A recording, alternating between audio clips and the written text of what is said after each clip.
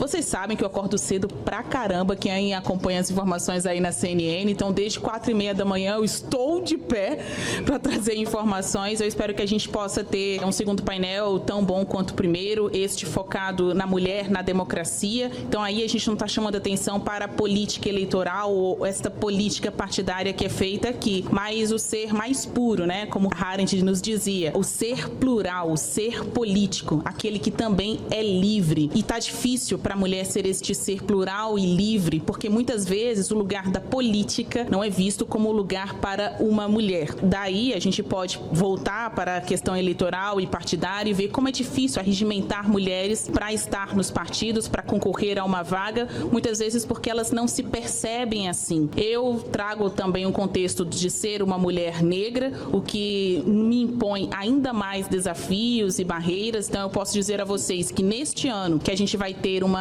equiparação de recursos que vão para as candidaturas de negros, assim como os que vão para as candidaturas de brancos, uma das maiores dificuldades é encontrar este negro que queira se candidatar aos diversos cargos políticos. Mas, pois bem, vamos falar então da outra política que é muito mais ampla, que trata desta mulher independentemente da sua coloração política, se ela está listada em algum partido ou não.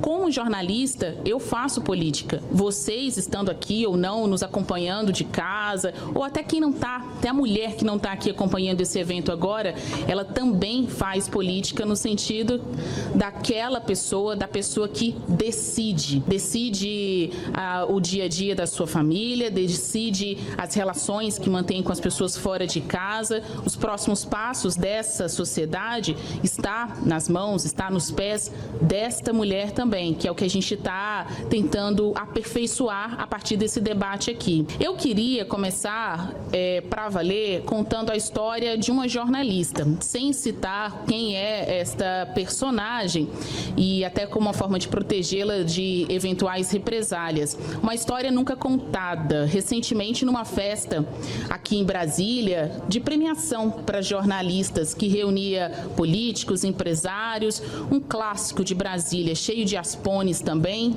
aquelas pessoas que não são conhecidas pelo que são, mas por quem servem de tapete. Então, são aqueles assessores que se sentem mais reis do que a própria realeza. E aí, num determinado momento, naquela conversa ali, as diversas mesas, né, que estavam distribuídas no salão da festa, esta jornalista, então é uma mulher, esta jornalista pediu o contato deste assessor, com quem ela já mantinha conversas de apuração de notícias em outras campanhas eleitorais, um assessor ligado a um governo. E ele respondeu: você não tem o meu telefone? Eu vou aí te dar um tapa na cara. Tem medo não de eu dar um tapa na sua cara, de eu dar um murro na sua cara? Aquilo foi muito chocante, porque eles estavam numa noite de Brasília prestigiada, uísque, vinho, lustres, um lugar tão bonito e bem iluminado quanto este. A resposta desta mulher nesta condição foi: pode bater, mas você vai levar uma muito mais forte na sua cara até cair no chão. Nada justifica a violência. Nesta cena narrada para vocês, tinha uma mulher encurralada por um homem que, por ser homem ou por estar muito próximo do poder, se considerava superior àquela mulher com quem ele estava dividindo uma mesma festa, uma mesma noite, assim como outras pessoas na mesa do jantar. A mulher quase sempre é a personagem de histórias em que ela é o alvo da violência. Violência física, psicológica, moral, financeira. E com base nas leis que a gente cria aqui, que vocês criam aqui, é que lá fora são construídas redes de proteção para poder, ao menos, trazer um pouco de esperança, de conforto para essa mulher, porque ela, ao menos, poderá falar sobre o que ela vive, as agressões, as violências às quais ela está imposta. Mas nem sempre é assim. Aqui dentro do Congresso Nacional, que é um espaço eminentemente masculino, né, principalmente formado por homens, muitas destas jornalistas aqui, brancas ou negras, de veículos conhecidos ou não, elas se abstêm do seu direito de falar e de questionar quando são assediadas, agredidas pela palavra, palavra por muito destes políticos ou dos assessores destes políticos. Isso porque todo mundo teme perder o emprego. Numa situação como esta, na festa, esta personagem da história que eu comecei a contar para vocês se difere de muitas outras. Talvez por uma falta de lucidez no momento, ela não imaginou que estava reagindo daquela maneira a um assessor próximo do poder. Ela poderia ter sofrido uma represália por isso naquele dia. Isto não aconteceu, a noite acabou, o outro dia começou e ela continua trabalhando aí.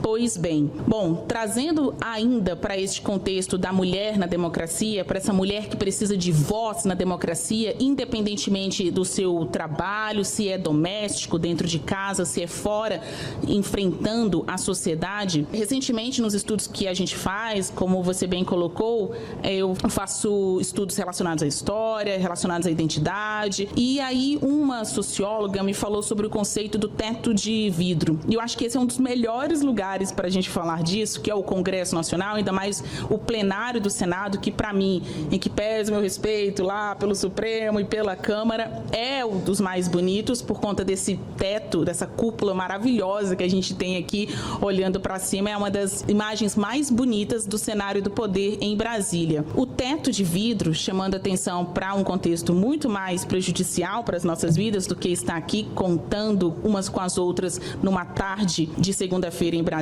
é aquele momento em que a mulher bate no teto e não consegue passar daí. São barreiras aparentemente invisíveis que impedem, como toda barreira é impeditiva, dela passar.